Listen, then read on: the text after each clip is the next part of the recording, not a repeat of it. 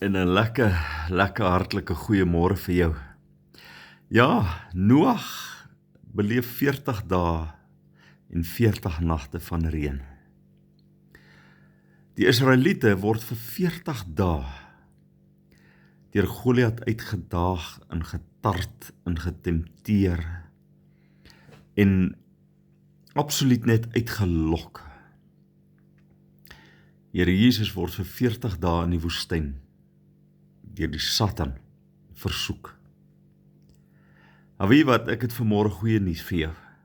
Miskien voel dit vir jou ook of jou temptasie of jou lyding of dit wat jy deurgaan nou al 40 dae, 40 nagte aanhou. Maar hoor gou mooi, daar kom 'n dag 41.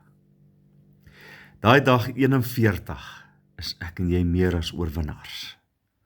Dan het ons oorwin. Dan is daai 40 dae verby, dan is daai 40 nagte verby.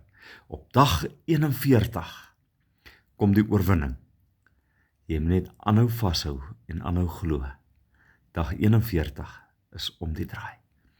Here, baie dankie vir dag 41 wat die oorwinning bring. Amen.